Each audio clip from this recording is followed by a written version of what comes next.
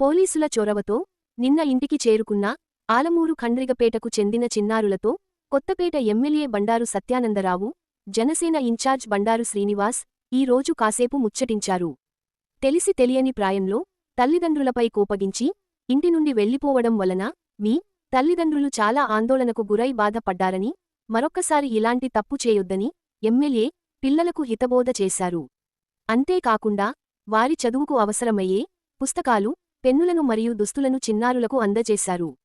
అనంతరం ఈ కేసులో ఉత్తమ పనితీరు కనబరిచిన సిఐ విద్యాసాగర్ మరియు ఎస్ఐ అశోక్లను స్థానిక పోలీస్ స్టేషన్ నందు ఎమ్మెల్యే సత్యానందరావు దుశ్శాలువాలతో సత్కరించారు. అలాగే వారి బృందాన్ని కూడా ఎమ్మెల్యే అభినందించారు. ఈ కేసులో ప్రతిభ కనబరిచిన పోలీసు శాఖను మంత్రి నారా లోకేష్ కూడా అభినందించినట్లు గుర్తుచేశారు. ఈ కార్యక్రమంలో కూటమి నాయకులు, కార్యకర్తలు పాల్గొన్నారు.